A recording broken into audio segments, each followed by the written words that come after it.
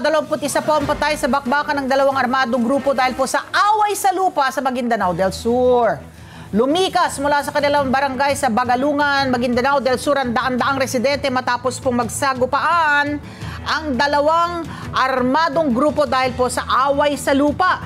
At umalingaw-ngaw sa barangay, Kilangan ang tunog ng putok ng baril na nagdulot po ng labis na takot sa mga residente. 21 nga po naitalang namatay dito po sa bakbakan, no?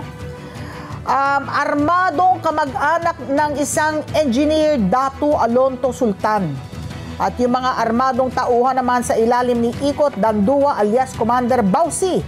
17 sa mga namatay ay mula po sa panig ni Sultan, habang dalawa naman ay mula naman sa panig ni Bausi.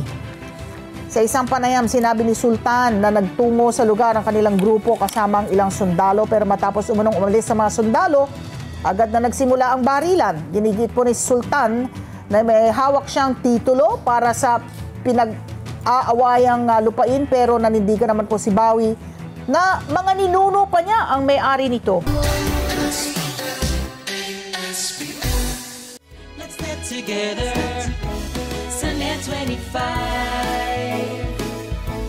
Sunday 25.